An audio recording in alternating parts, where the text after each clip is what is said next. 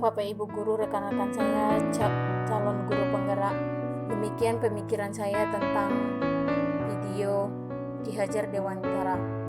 Pendidikan sejatinya merupakan hak semua orang, bukan beberapa golongan saja. Pendidikan merupakan objek yang menjadikan manusia itu dapat merdeka, baik untuk pribadinya maupun untuk orang lain. Pendidikan juga merupakan upaya mencapai keselamatan dan kebahagiaan. Merdeka belajar merupakan cara terbaik untuk mencapai tujuan nasional, yakni mencerdaskan kehidupan bangsa. Guru haruslah menjadi teladan bagi siswa, menjadi sahabat, dan menjadikan siswa sebagai pusat belajar.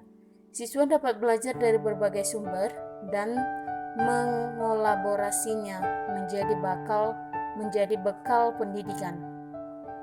Guru dan siswa bersama-sama membentuk kesepakatan dan kesepahaman dalam mencapai tujuan pembelajaran.